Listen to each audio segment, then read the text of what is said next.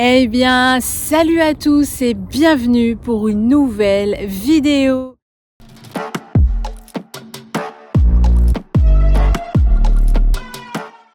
Donc aujourd'hui, je vais vous présenter l'aménagement que j'ai réalisé dans mon fourgon, donc spécialement pour la moto, pour le motocross notamment, mais pour la moto en général.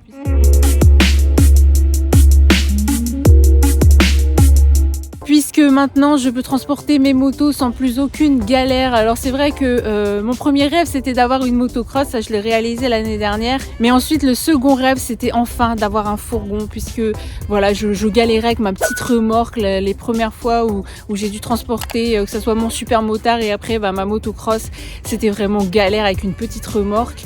Donc là enfin j'ai réalisé mon second rêve d'avoir un fourgon moto et je l'ai entièrement aménagé et aujourd'hui je vais vous montrer tout ce que j'ai fait sur ce fourgon. Mais avant ça, je vais vous faire une petite présentation, un tour de propriétaire comme on dit. Mon fourgon m'a d'ailleurs permis de partir cet été pour de petites vacances avec Néo pour la première fois et c'était vraiment super de vivre ces moments de complicité.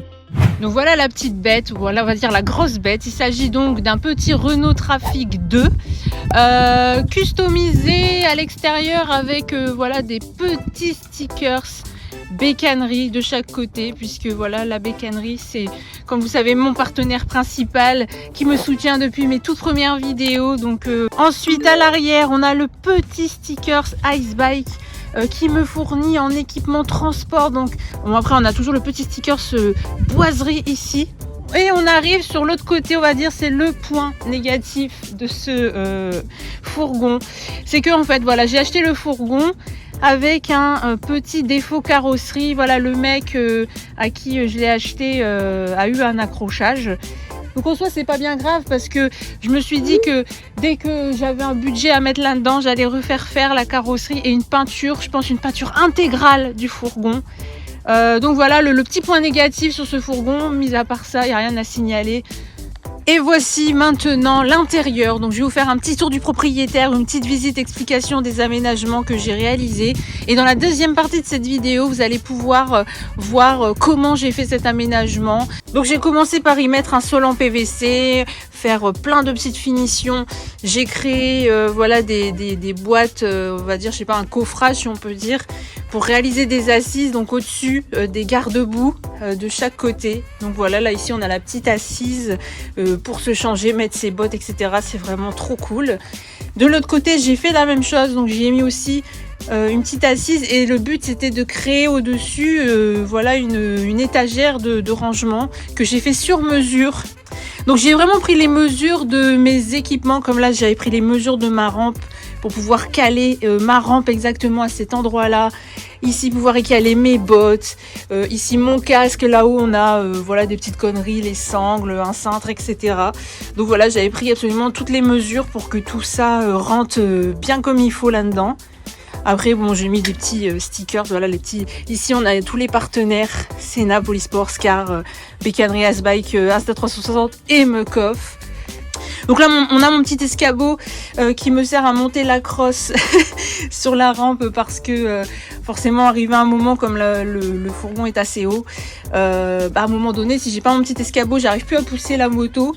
Donc ici pour y installer la moto on a le Blockroux Ice Bike. Donc là vous allez voir dans la deuxième partie de la vidéo comment je l'ai installé, etc. Parce que j'ai quand même assez galéré lui pour qu'il soit maintenant vraiment maintenu fermement et que ça ne bouge plus. Ensuite voilà, j'ai mis des petits crochets. Là ici il y a le tapis environnemental, la bécannerie toujours, le petit lève-moto qui est installé.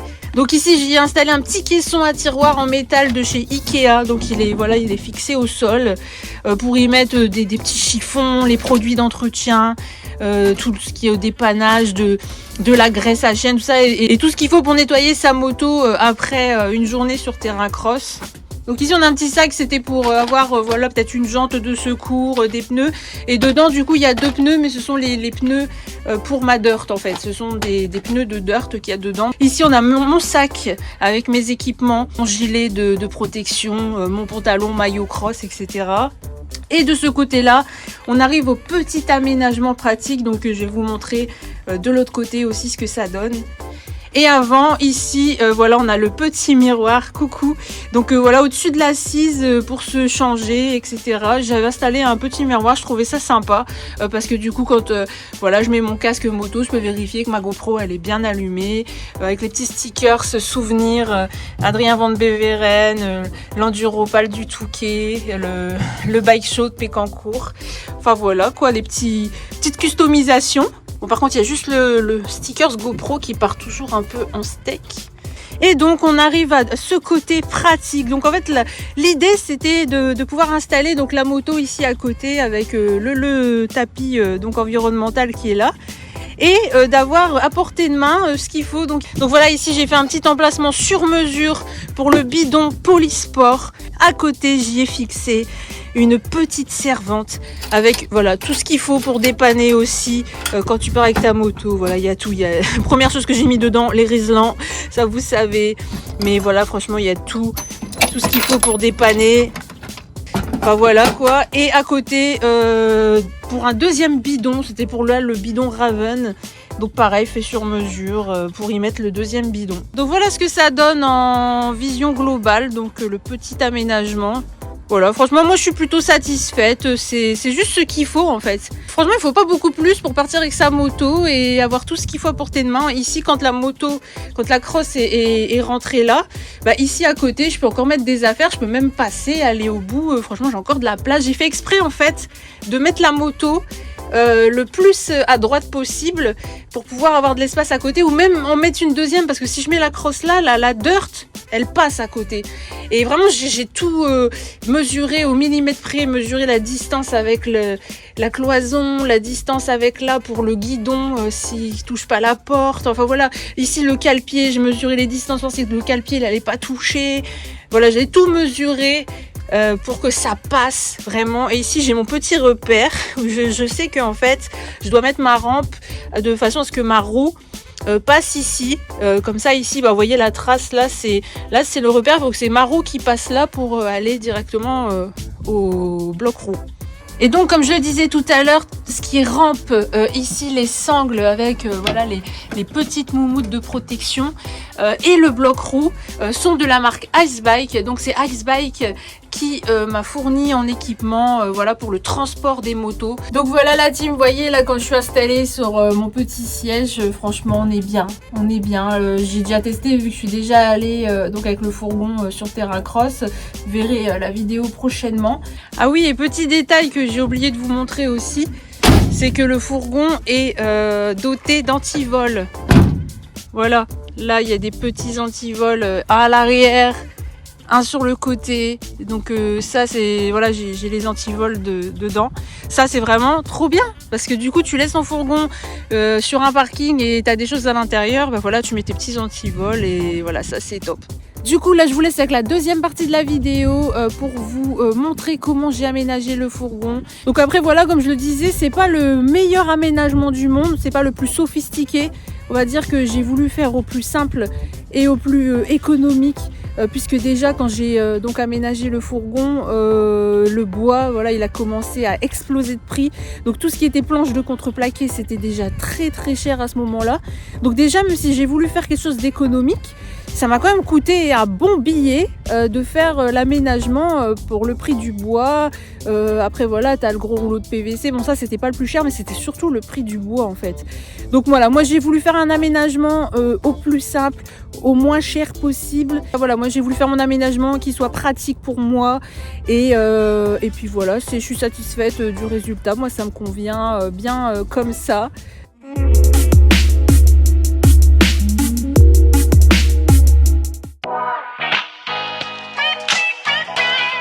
Avant de commencer quoi que ce soit, j'ai d'abord retiré les garnitures en plastique. Il a fallu aussi passer un petit coup de propre et d'aspirateur et retirer des petits désagréments de colle laissés par l'ancien proprio. La première étape de l'aménagement était de poser un sol en PVC au-dessus du plancher en bois déjà présent dans le fourgon. Pour ce faire, il m'a fallu d'abord mesurer la longueur et largeur qu'il fallait pour recouvrir le plancher, pour que je vienne ensuite découper les dimensions dans le rouleau de PVC.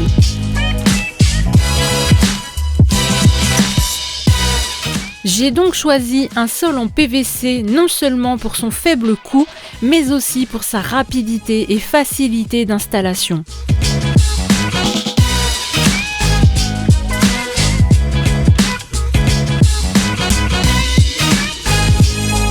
Et pour installer de façon rapide et efficace le PVC, j'ai choisi de l'agrafer directement dans le plancher en bois sur tous les contours. Agrafe que je pourrai ensuite totalement camoufler par les finitions en installant des cornières et des lattes.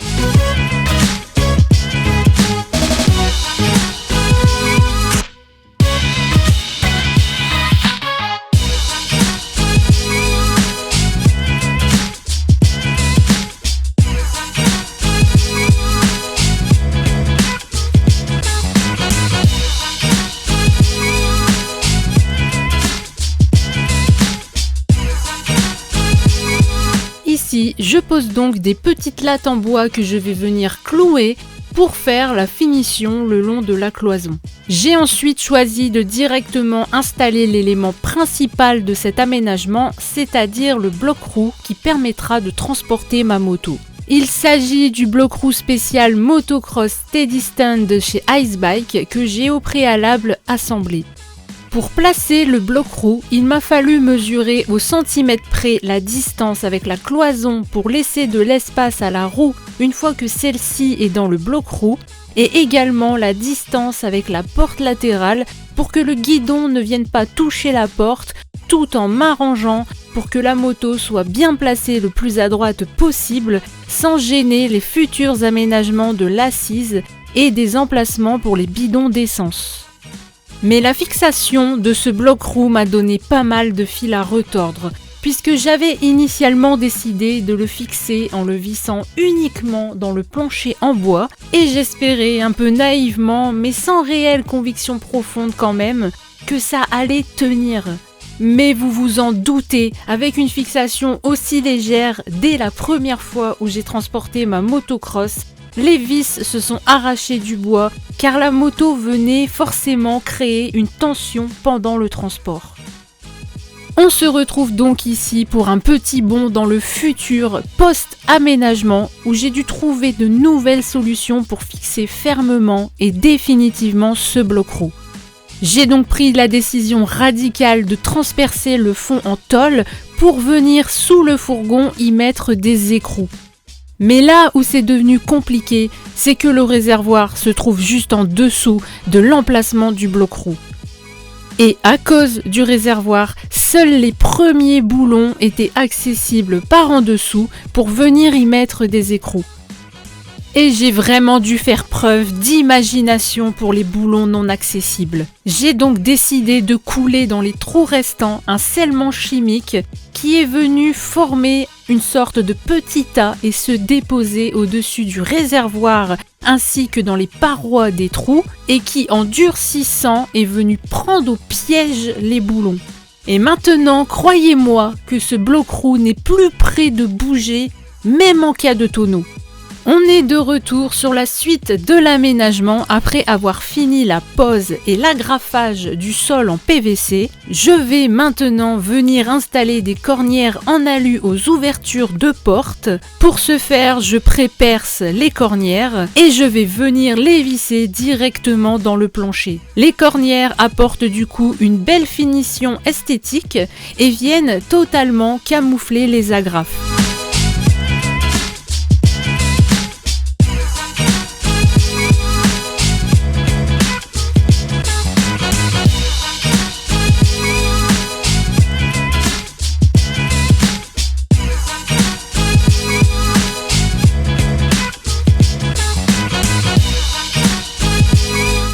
Ensuite, j'ai continué par la création du coin assise. J'ai commencé par prendre le gabarit de la garniture plastique d'origine pour la remplacer par une plaque de contreplaqué. Et ayant aucune place dans mon garage pour travailler et pas encore d'atelier ni même beaucoup de matériel de bricolage, pour toutes mes découpes du bois, j'y suis allée avec une scie sauteuse à l'arrache sur ma table de jardin, mais en essayant de faire preuve de la plus grande minutie. Une fois la planche de contreplaqué prête, Je suis venue la recouvrir du même PVC que j'ai préalablement posé au sol afin que le tout soit bien harmonieux. Après, je n'avais plus qu'à venir visser dans la première couche de tôle ma plaque de contreplaqué recouverte de PVC qui sert non seulement d'habillage mais aussi de fond pour l'assise. Après avoir pris toutes les mesures pour créer une boîte de coffrage que je viendrai fixer au-dessus du garde-boue et qui servira d'assise, j'ai tracé sur une planche de contreplaqué d'une plus grosse épaisseur que celle précédemment utilisée tous les côtés nécessaires à la réalisation de la boîte et me suis attelée à toutes les découpes. J'ai ensuite procédé à l'assemblage de l'assise. Puis, toujours dans le même procédé, je suis également venue la recouvrir de PVC.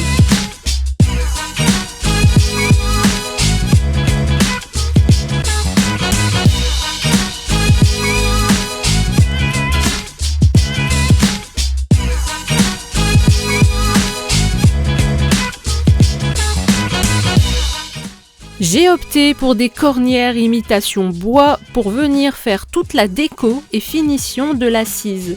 J'ai donc découpé des morceaux de cornières pour chaque côté en m'assurant que chaque coin corresponde au bon angle pour avoir l'illusion que chaque morceau de cornière s'emboîte l'un avec l'autre.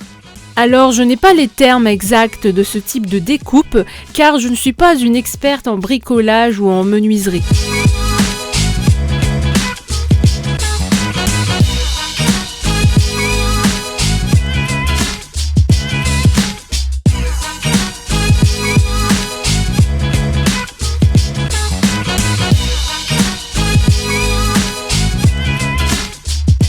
Je reprends le même procédé que précédemment pour remplacer la garniture en plastique par un habillage avec une planche de contreplaqué recouverte de PVC. Je prends donc une nouvelle fois le gabarit du plastique sur ma planche de contreplaqué. Ensuite, je viens la découper.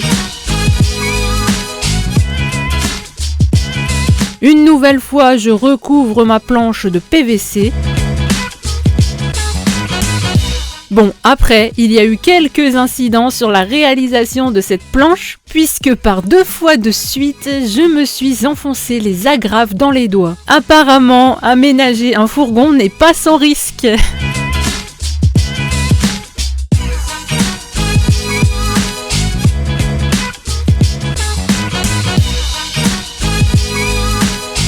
Et pour finir, je viens fixer ma planche à la place de la garniture plastique d'origine.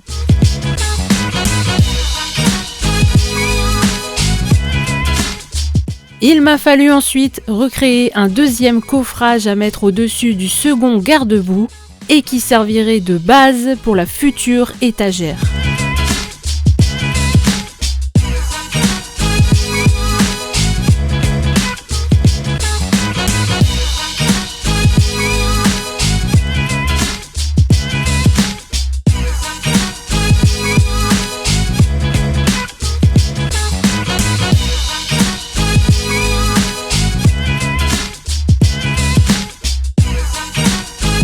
J'ai ensuite pris les mesures et imaginé comment je voulais ranger mes équipements tels que ma rampe de chargement, mes bottes et mon casque, afin de créer une étagère avec des casiers de rangement sur mesure.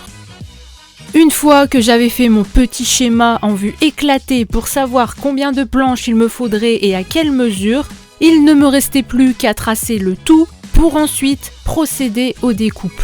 Au moment d'assembler l'étagère, je devais là aussi m'assurer de fixer les planches au bon endroit et respecter les mesures pour le rangement des équipements.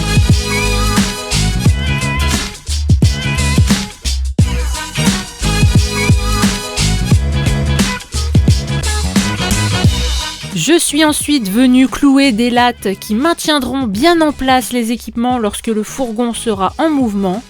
Et il ne me restait plus qu'à venir installer le fond de l'étagère. L'ultime étape de la création de cette étagère de rangement est de venir la positionner correctement sur le coffrage et contre la cloison. Il ne me restait plus aussi qu'à la fixer fermement.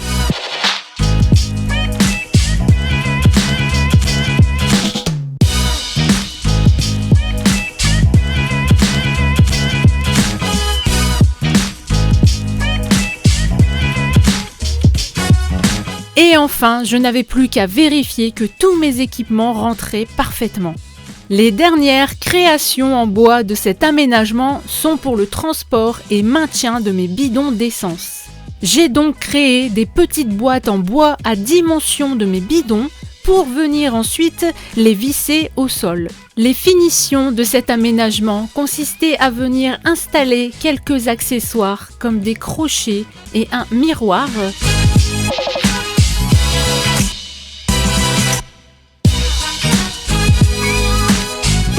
Mais le tout dernier élément important de cet aménagement consistait à l'installation d'une petite servante permettant de transporter les outils nécessaires à des petits dépannages et réparations.